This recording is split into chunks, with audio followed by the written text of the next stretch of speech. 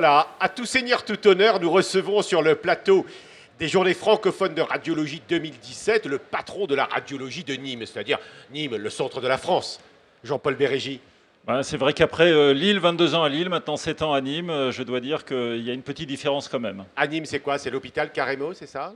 Alors, ça s'appelle l'hôpital Carrémo. C'est un hôpital qui est 3 fois plus petit que celui de Lille, mais on y travaille beaucoup également. Ouais. Et le CHU, c'est le CHU de Nîmes-Montpellier. Comment ça fonctionne maintenant? Alors, il y a en effet, deux CME séparés. Il y a deux directeurs généraux, mais il y a un seul doyen. Et donc, c'est la même faculté. Un tiers des étudiants sont à Nîmes, deux tiers sont à Montpellier. Donc, une organisation unique en France. Voilà. Alors nous, on va parler surtout ici sur le plateau télé des JFR, on va parler de radiologie. Et dans la radiologie, c'est vrai qu'il y a un maître mot depuis quelques années, mais finalement, ce n'est pas très concret pour celles et ceux qui ne sont pas, comme vous, des experts. C'est la qualité. La qualité, tous les radiologues disent qu'ils s'occupent de qualité, mais enfin, tous les médecins s'occupent de qualité. Qu'est-ce que c'est concrètement pour vous, la qualité en radiologie, en imagerie médicale? Alors je crois que c'est un maître mot qui n'est pas seulement qu'en radiologie et imagerie médicale. Aujourd'hui, la qualité touche l'ensemble de l'hôpital et on doit démontrer qu'on fait de la qualité. Alors je dirais même que ça dépasse l'hôpital, c'est l'ensemble des structures de fonction publique ou l'ensemble des organisations. Alors dans la qualité, en effet, c'est un terme assez flou pour la plupart des personnes. Moi, je la résume en trois parties différentes. La première, c'est les structures. Donc on s'est attaché au départ à montrer que nos structures en radiologie étaient de qualité, avec des normes, avec concernant l'irradiation notamment, concernant un certain nombre de choses. Ces normes évoluent au fil des ans et notamment évoluent vers l'offre et la qualité de l'offre que l'on va faire. Le deuxième pendant de la qualité, c'est au niveau des patients, c'est la sécurité des patients et tout le programme de l'accréditation des médecins qui tourne autour de la gestion des risques et de l'offre qui est faite au niveau des patients, de la transparence qui est faite. Et le troisième point qui commence à émerger seulement malheureusement, c'est la notion de qualité de vie au travail. Parce que des affaires récentes montrent qu'il y a une certaine pénibilité pour tout le monde. On a toute une séance au cours de ces journées françaises de radio autour de ça, qui va jusqu'au burn-out, mais le mal-être au travail, beaucoup de collègues en sont touchés, notamment en radiologie, parce que c'est une spécialité qui est aux confins de différentes autres spécialités, et donc il faut qu'il y ait une qualité de vie au travail également. S'il y a l'une de ces trois parties qui manque, eh bien la qualité est insuffisante en radiologie et imagerie médicale. Je relève ça. Pourquoi en radiologie, les charges de travail, les contraintes, les burn-out seraient plus importants qu'ailleurs?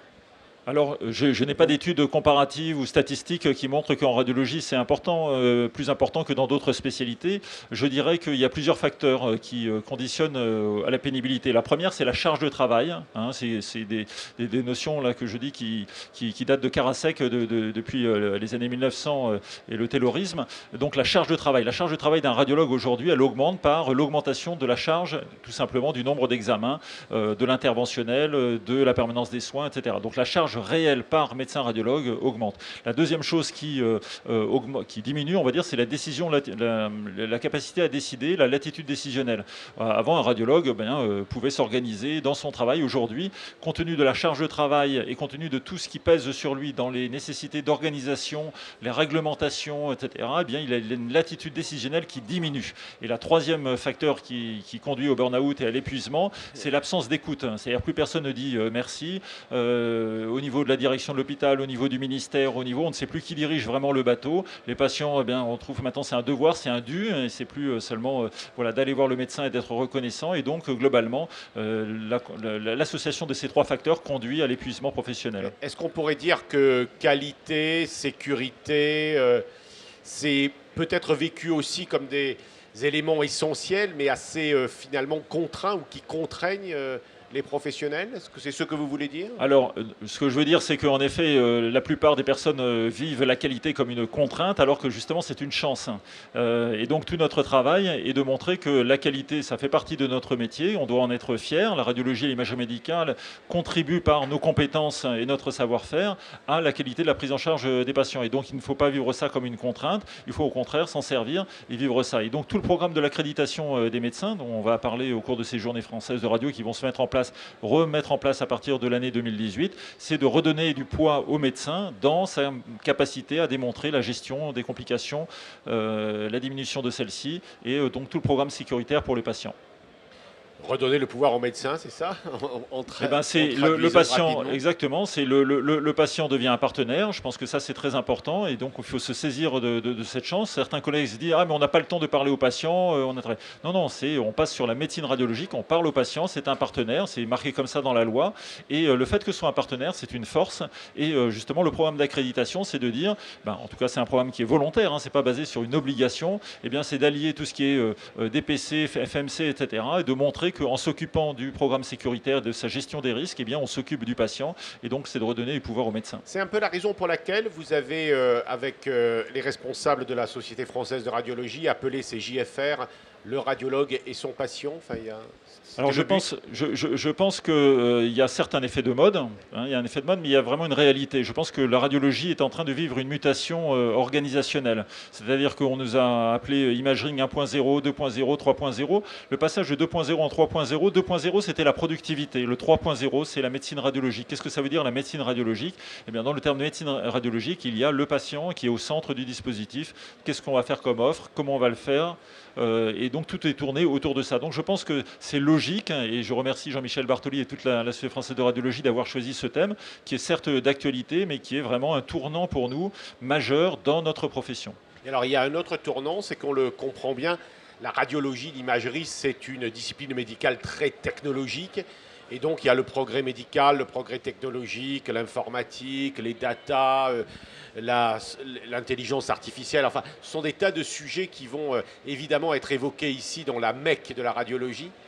Et ça aussi, ça questionne les professionnels. Évidemment. Oui, mais je pense que toutes les spécialités médicales évoluent. On dit le savoir évolue tous les 5 ans, 50% du savoir est renouvelé, etc. En radiologie, imagerie médicale, c'est pas moi qui le dis, hein, c'est des publications dans le cadre de revues prestigieuses, y compris le New England. On a un savoir qui évolue plus que les autres, puisque toutes les améliorations des autres spécialités permettent de contribuer à l'amélioration de l'imagerie et inversement. Et donc globalement, on a la chance d'avoir chez nous des innovations en permanence.